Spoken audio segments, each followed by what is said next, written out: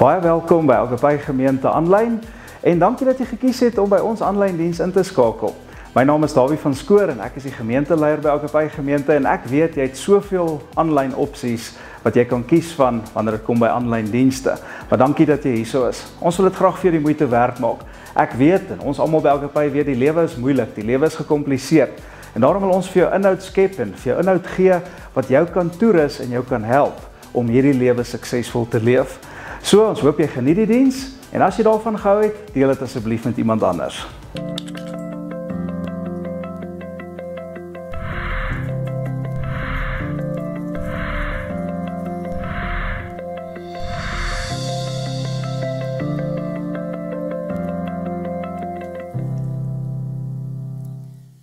Verlede week het ons 'n paar fenominale waarhede uit Matteus se storie ontdek, naamlik al is jy 'n sondaar, diskwalifiseer dit jou nie om Jesus te volg nie. Ons het ontdek, al glo jy nie, diskwalifiseer dit jou nie om Jesus te volg nie. Inteendeel, al twee van hierdie is eintlik voorvereistes. So, Jesus se uitnodiging was nog altyd 'n uitnodiging tot verhouding. Godsdienst sê, jy moet eers verander, dan kan jy deel word, dan kan jy volg, dan kan jy stap. Maar Jesus kom en hy sê, jy kan eers deel raak, jy kan eers volg, jy kan eers saamstap, en dan sal jy verander. Niks van bekeer eers nie, niks van sort eers jou lewe uit nie, niks eers van lewe eers reg nie, jy kan saam met ons vir Jesus volg. So die fantastiese nuus daarvan is, jy word uitgenooi om te volg, selfs al verstaan jy nog nie alles nie, selfs al doen jy nog nie alles nie, selfs al glo jy nog nie in alles nie, want dis presies die tipe mense wat ons ontdek het, wat vir Jesus gevolg het in die eerste eeu. Die mense wat vir Jesus gevolg het in die eerste eeu, was maar mense soos ons. 'n mengsel van karakters. Mense wat, party was ywerig en ander was weer twyfelaars. Party was sakemanne gewees, ander was tollenaars. Mans, sowel as vrouens. Party was geleerdes, ander was eenvoudiges. Party was gerespekteerdes en ander was verwerptes. So niemand is uitgesluit uit die uitnodiging om te volg nie. Nie jy nie, nie jy wat aanlyn kyk nie. So wat van jou? Volg jy miskien al? Indien jy nie volg nie, wil ek vir jou die volgende vraag vra, was jy al ooit na iets toe genooi, waarvoor jy aanvanklik nee gesê het, en later was jy spyt daaroor dat jy nie gegaan het nie. Nee, jy het gehoor mense se getuienisse van die wat daar was, het teruggekom na jou toe en gesê, dit was great. Ons is so bly ons het gegaan en jy het besef, ek het uitgemis. Miskien het jy 'n flou verskoning gehad, miskien het die idee jou nie baie opgewonde gemaak nie, maar agterna het jy besef, as ek nou die tyd kan terugdraai, sal ek definitief daai geleentheid aangryp toe hy gekom het. Kom ek stel dit vir jou so, aan die ander kant was jy miskien al vir iets genooi en op daai stadium het dit meer vir jou gevoel soos 'n verpligting eerder as 'n uitnodiging. Maar net omdat jy hierdie persoon ken wat jou nooi, net omdat jy hierdie persoon respekteer wat jou nooi, het jy besluit, kom ons gaan maar. En die beste van alles is, toe jy gegaan het, toe was jy nie spyt gewees daaroor nie. Miskien het jy selfs jou trouvrou nog daar ontmoet. Elke keer nou as jy terugdink aan dit, dan dink jy, wat as ek nie gegaan het nie? Die punt wat ek wil maak is, jy weet nooit wat is op die spel nie. En so lees ons die evangelies en ons lees waar Jesus verby Johannes en Jakobus stap en hy sê vir hulle, los alles en volg my. En miskien wil jy eerlik wees soos ek, jy het dit miskien toe jy dit gelees het, toe dink jy, hoe verwag mens so iets van iemand? Om alles te los en te volg. Miskien het jy gewonder, hoe doen mens dit? Het is half asof hulle hierdie familiebesigheid gehad het, nee, Jakobus en Johannes werk saam met hulle pa, en die besigheid se naam was miskien I&J gewees, en toe sê hulle vir hulle pa, hierdie besigheid se naam is van nou af net J. I gaan nou so 'n bietjie saam met Jesus volg. So hy los alles Hy los sy pa net daar, los sy werk, los sy inkomste en stap agter Jesus aan. En as jy moet eerlik wees, het stories soos hier jou nog altyd laat wonder, hoe op aarde doen 'n mens dit? En jy dink dalk by jouself, ek kan nie so volgeling wees nie. Ek wil hom ten minste net eers bietjie meer weet, nee. Of ek wil ten minste net 'n bietjie ouer wees, sodat ek nie meer omgee wat mense van my dink nie. Of ek wil ten minste net op 'n plek kom waar ek niks meer het om te verloor, voor ek daai keuse maak nie. Het klink amper soos 'n leecheck wat jy vir God gee van jou lewe, waar jy sê, dis alles of niks, dis reg of weg. Asof Jesus sê, gee vir my alles, anders moet jy nie eens begin nie. En dan dink jy by jouself, wie het daai tipe geloof? Miskien dink jy by jouself, dis nie eens geloof nie, dis net plain roekeloos. Jakobus en Johannes pak nie eers 'n tas nie. Hulle los net alles en hulle volg. Miskien ken jy mense wat so is. Miskien ken jy Christene wat regtig met die grootste ywer en oorgawe hulle geloof uitleef. En jy respekteer dit, maar om eerlik te wees, dit intimideer jouself. En jy dink by jouself diep binne, ek is net nog nie op daai plek nie. Ek is nog nie daar waar hulle is nie, en ek weet nie of ek ooit daar sal wees nie, en as jy miskien so voel vanoggend, dan het ek vir jou baie goeie nuus. Dis nie waar jy hoef te wees om te begin volg nie. Daar's baie meer aan hierdie storie as net dit wat ons op die oog af sien. En daarvoor het ons vir Dr. Lukas, en hy het vir ons gehelp om baie mooi agter die kap van die Bybel te kom. Hy skryf van 'n nie godsdienstige gehoor, en net soos wat 'n dokter kan, gee hy vir ons 'n baie mooi volledige prentjie van wat dit behels om werklik te volg. Kom ons kyk wat sê hy. Hy, dis nou Jesus, het deur die hele omgewing bekend geword. Met ander woorde, hy is die talk of the town. Op hierdie stadium praat die mense geweldig baie van hom. Daar waar hy is, daar's baie mense. Daar waar jy hom sien loop, daar gaan mense saam. Die woord sê, hy het altyd so saam gedrom. Hy het in hulle sinagoges geleer en is deur almal geprys. Nou hier leer ons iets, een ding is verseker, mense het van hom gehou, al was hulle nie soos hy nie. En hy het van mense gehou, wat nie soos hy was nie. Hulle het gemaklik gevoel by hom. Hulle het gemaklik gevoel om in sy spasie te wees, om saam met hom te stap en te beweeg, om te luister en by hom te leer. En een van hierdie persone was Simon Petrus gewees. Simon Petrus het 'n kerkdiens bygewoon. Hy was by die sinagoge. Hy het obviously gehou van wat hy gehoor het, waar Jesus gepreek het. En hy het toe vir Jesus genooi om saam met hom huis toe te gaan. En daar by die huis het hy selfs by hom oorgeslaap. Intussen het hy nog Petrus se skoonma ook genees en dit het dorp toe versprei en daar het klomp mense na die huis toe gekom en almal van hulle is genees. En die volgende oggend is hy weg van Simon Petrus se huis af en Jesus is op pad na die see van Galilea toe. En die mense in die dorp wonder, waar is hy? Wat het van hom geword? Ons hou van hom. Ons wil hy moet by ons wees. Hy's onweerstaanbaar. En toe begin hulle hom soek. So eintlik wat hulle wil hê is, hulle wil hê Jesus moet by hulle bly.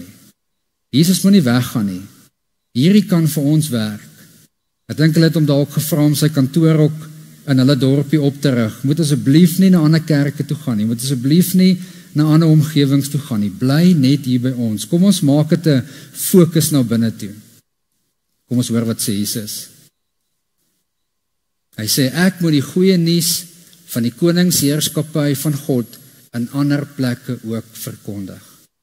Hy sê, ons kan nie dit waag om dit te fokus na binne toe te maak nie. Want dit is waarvoor ek gestuur is. As die weergawe van Christendom waarmee jy groot geword het, of die weergawe waarin jy jouself tans vind, nie vir jou goeie nuus is nie, dan is dit nie die oorspronklike weergawe nie. As die koningsheerskappy van God oor jou lewe, die autoriteit van God oor jou lewe nie vir jou soos 'n goeie ding klink nie, dan is die beeld wat jy van God het nie die een wat Jesus vir ons kom voorstel het nie. En dan stap Jesus verder na die see van Galilea toe, waar die volgende gebeur. Eendag was Jesus op die strand van die see van Galilea, besig om te preek, en groot menigtes het na hom toe gebeur, om na die woord van God, dis Jesus, te luister. En dis hoe dit altyd begin. Geloof begin deur te hoor. Geloof begin deur inligting te ontvang.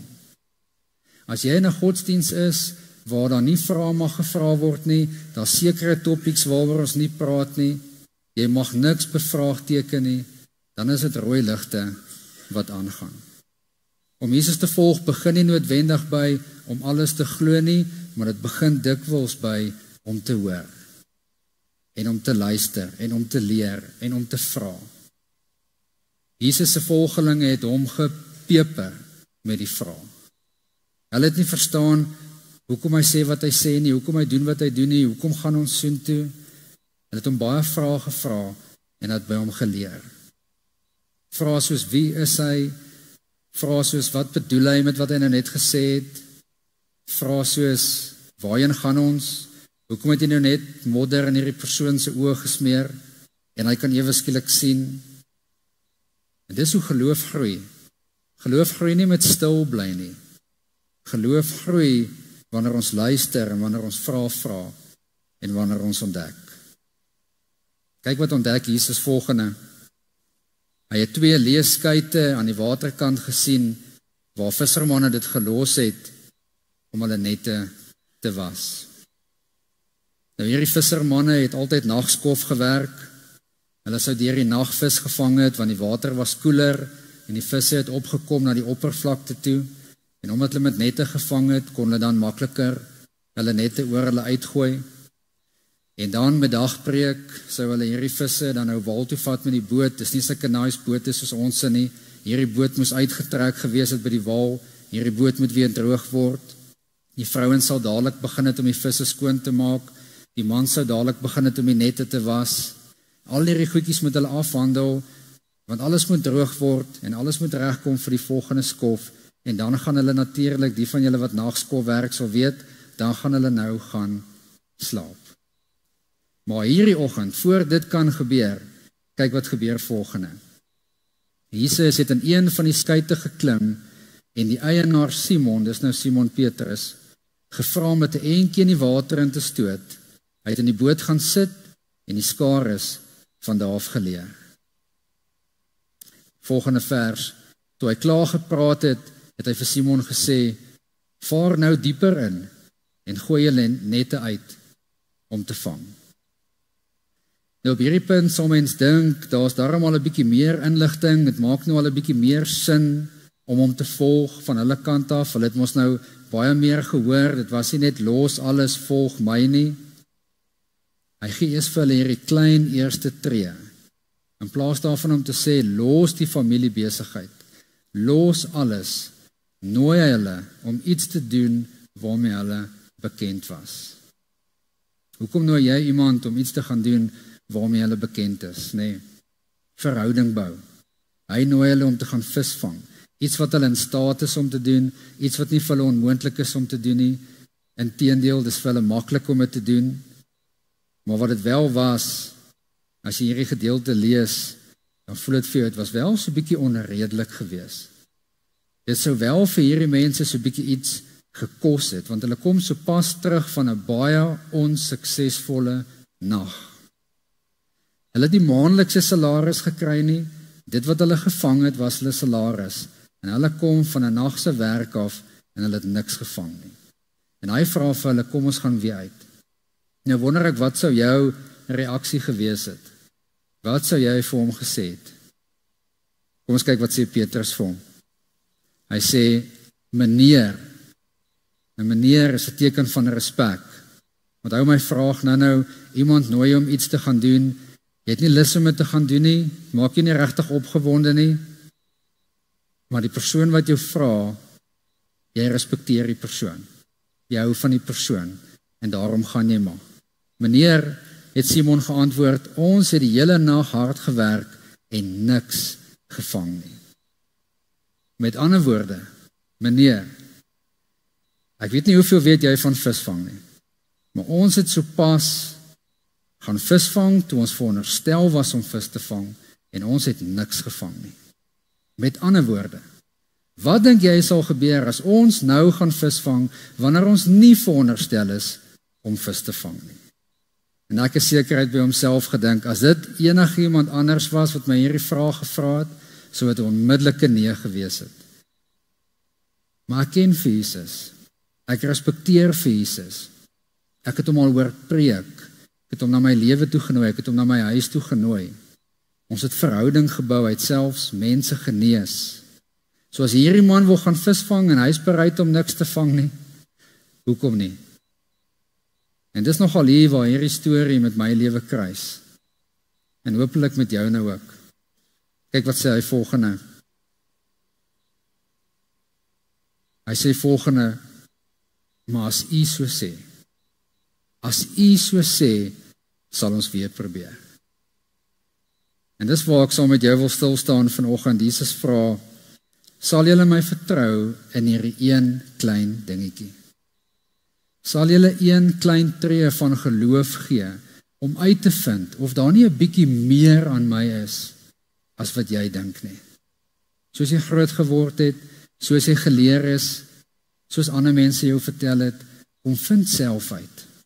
Is daar nie 'n bietjie meer aan my as wat jy gedink het nie? En dan dink Simon Petrus by homself, wel, nie omdat dit vir my sin maak nie, nie omdat ek noodwendig lus is daarvoor nie, maar omdat ek u vertrou met hierdie klein dingetjie. Al gaan dit my tyd kos, al gaan dit heel waarskynlik my reputasie so bietjie skade aandoen, want ek is 'n gesoute visserman, en hier's 'n gesoute visserman is saam met my, en hier staan 'n klomp van hulle op die wal, en hulle weet, jy gaan verniet nou ingaan om te gaan vang.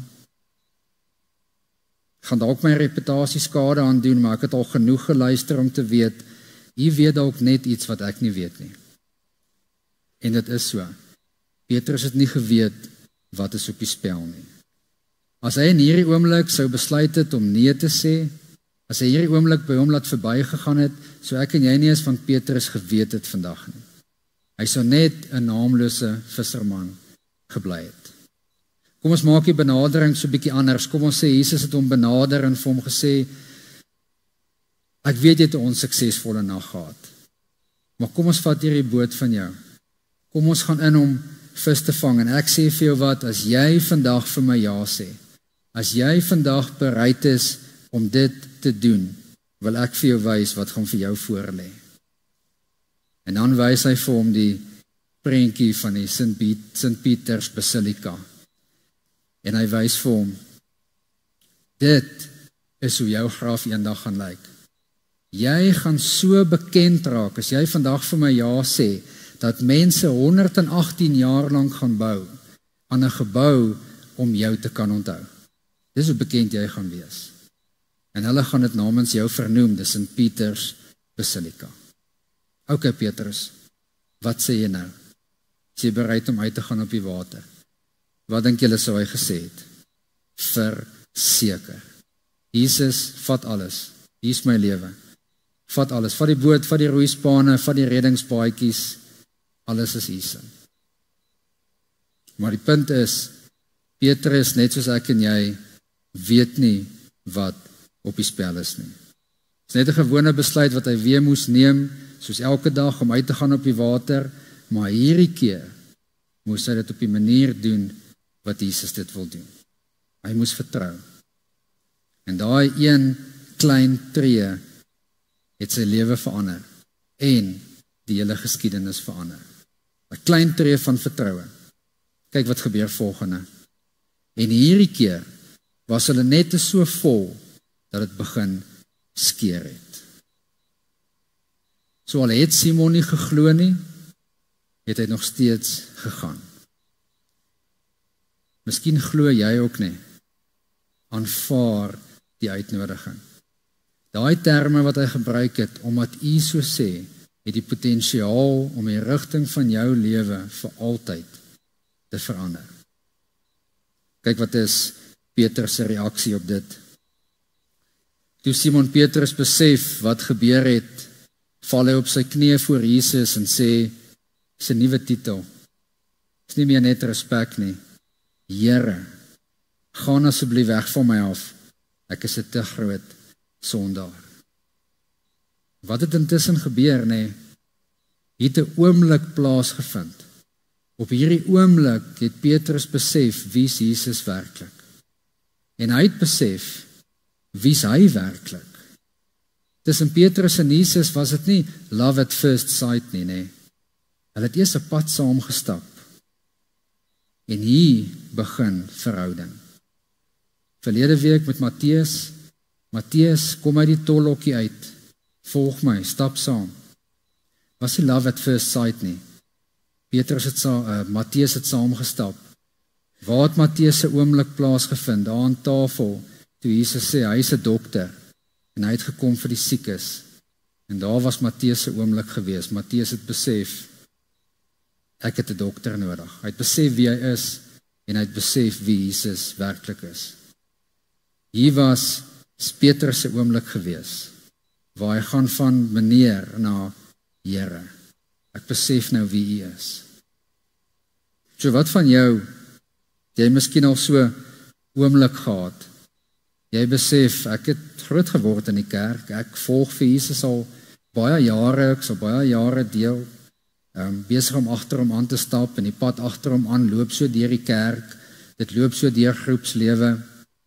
Dit loop so deur die bedieninge, dit loop so deur betrokke wees.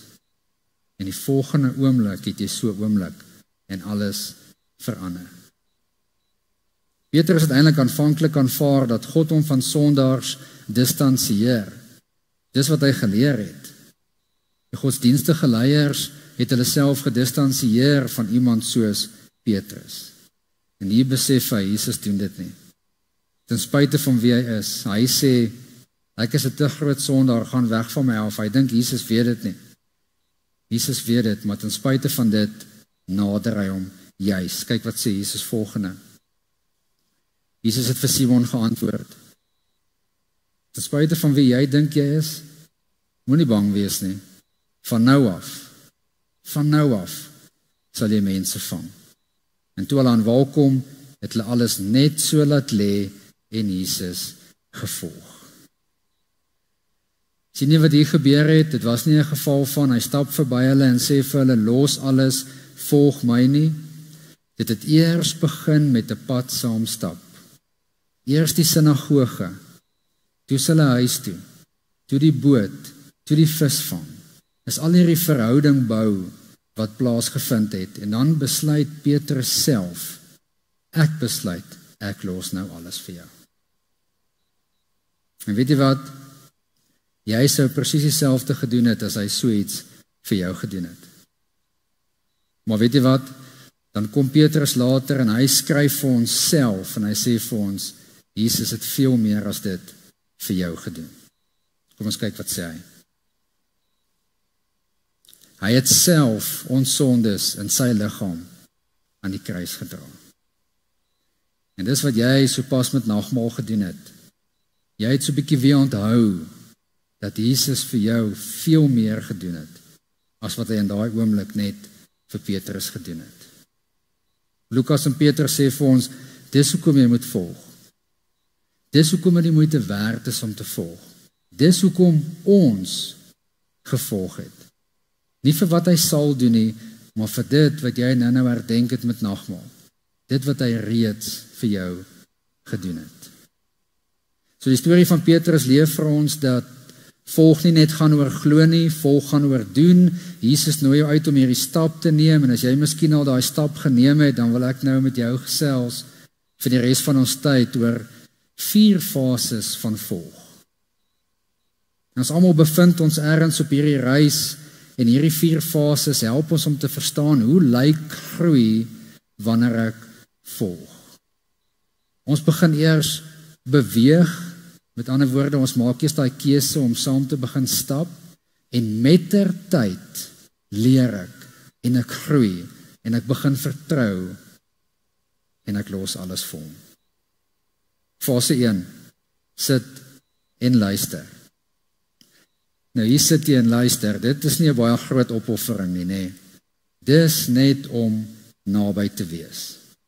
Hier leer jy geloof begin met verhouding. Geloof begin nie met reëls nie. Om net eers saam te stap, om net eers deel te wees, om net eers te leer, wie is hy? En wie's ek? Vir Petrus het dit begin in 'n kerkdiens. Dis hoekom ons sê, nooi mense kerk toe. Nooi mense kerk toe, en hulle kan hier kom sit, en hulle kan dalk net hoor wat Petrus gehoor het. Hulle kan dalk net iets van Jesus ervaar en besluit, ek wil hom ook na my huis toe nooi. Tyd met Jesus. Jesus sê vir Petrus, kom ons vat jou boot, net 'n entjie van die wal af, net ek en jy, sit en luister. Fase 2. Laat hom toe om jou boot te gebruik. Dis nou 'n fase waar Jesus net so ietsie kleins begin vra, nê, stukkie van jou tyd, bietjie van jou spasie, bietjie van jou gemaksone. Ja, jy's moeg, ja, jy's besig, ja, jy's oorlaai, maar onthou hoekom ons in die eerste plek hier is, en Jesus vra, hy wil jou gebruik. Dis die fase waar jy leer om plek te maak in jou besige lewe. En hier leer jy dat geloof groei wanneer jy Jesus begin toelaat in jou alledaagse lewe. Jesus sê vir Petrus, kom ons gaan 'n bietjie dieper. Kom ons gaan 'n bietjie dieper in. So watter deel van jou tyd moet 'n bietjie dieper gaan? Watter deel van jou tyd as volgeling gebruik jy om betrokke te raak? Het jy genoeg tyd as volgeling om by groepslewe in te skakel? Het jy genoeg tyd om die Nuwe Testament te gaan lees, ongeag wat ander jou vertel het van Jesus, om self te gaan leer wie hy is, om self te gaan leer wat is kerkwees werklik? Het jy genoeg tyd om te bid? Fase 3, vat hom saam om te gaan visvang. Nou hier is 'n fase waar dinge begin verander. Jesus begin jou vra om nie net te sit en te luister nie, Jesus begin jou vra om iets te doen. Iets wat dalk nie vir jou sin maak nie. Hy vra, gooi die nette uit en jy sê, wel, ek het al probeer, was nog elke keer onsuksesvol. Maar hier is die fase waar jy geloofstap neem. Geloofstap in jou werk, geloofstap in jou verhoudings, in jou finansies. Dis hier waar jy ervaar hoe hy betrokke is in jou lewe en hoe hy jou gebruik. En hier leer jy dat jy geloof werklik begin ervaar wanneer jy begin vertrou. Jesus het geweet, as Petrus net ja sê, gaan sy lewe vir altyd verander. So watter stap van geloof moet jy miskien in hierdie fase van jou lewe neem? Petrus sê vir Jesus, ek het al probeer, maar omdat U so sê, sal ek weer probeer. Fase 4, los jou nette. Dis 'n fase waar jy al genoeg gesien het. Jy het al genoeg ervaar om te weet, God is goed. God is getrou. God is betroubaar. En nou vra hy vir jou, wil jy nie maar alles gee nie? Wil jy nie maar oorgee nie? Wil jy nie maar 'n volle oorgawe maak nie? Wil jy nie maar begin gehoorsaam wees nie? Want ek wil daai gehoorsaamheid seën. Ek wil die nette laat skeer. Aan die begin het jy eenvoudig net die uitnodiging aanvaar en begin volg. En dit het jou begin beweeg. Dit het iets in jou begin wakker maak. En met ter tyd het jy begin groei. Het begin vertrou. En jy is uiteindelik reg om oor te gee.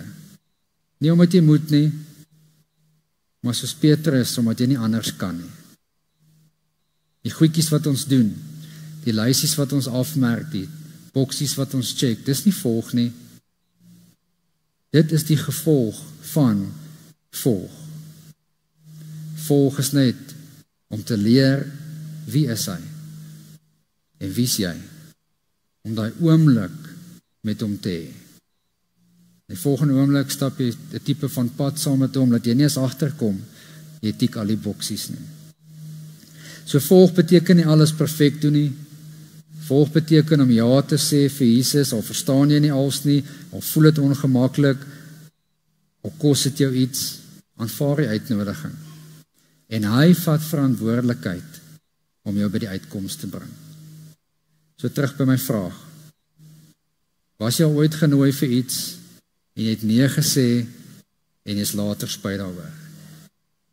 Mense se getuienisse van die wat ja gesê het, die wat soontoe gegaan het, hulle getuienisse het gemaak dat jy besef, ek het uitgemis. Hier sit mense rondom jou vandag, wat ja gesê het laas toe jy nee gesê het. En hulle getuienisse hier, as hulle net by hulle self terugdink aan daai oomblik, dan dink hulle by hulle self, ek is nie spyt, ek het ja gesê nie. As ek moet terugdink aan daai oomblik, dan kan ek nie dink, as ek moes nee gesê het, waar sou my lewe op hierdie stadium gewees het nie? Mense wat genoeg geweet het om my besluit te maak. So wat van jou? Jy wat vanoggend hier so sit, jy wat aanlyn kyk, weet jy nie al genoeg nie?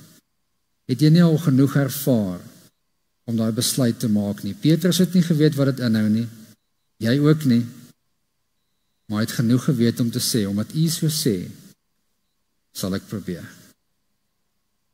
Ek wil saam met jou bid, kom ons maak ons oë toe.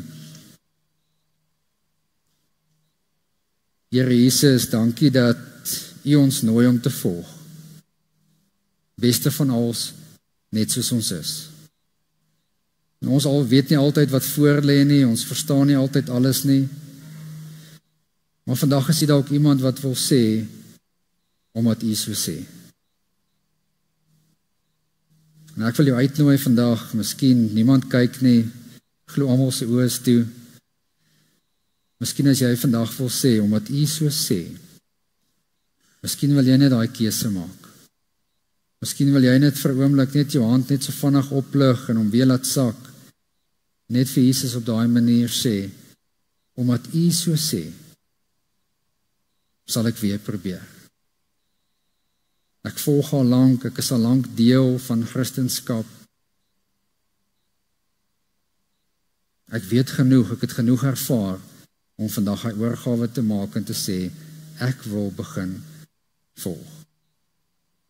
Ek bid, Here, help daai persoon om die volgende klein stap van geloof te neem, om U in die alledaagse lewe toe te laat, om gebruik te word, en om U te vertrou, selfs wanneer dit nie sin maak nie. En om stadig maar seker te leer wie U is, en ook uit te vind wie hy is, of wie sy is. Dankie dat U nie wegstoot nie. Dankie dat U nie distansieer nie, maar dat U nooi om te stap. Ontvang vandag asseblief elke ja, elke hand wat op was om te sê, omdat U so sê, sal ek weer probeer. Elke ja wat miskien daar by die huis aanlyn kyk en daai besluit gemaak het. En leer vir elkeen om U te volg. Ons bid dit in Jesus se naam. Amen.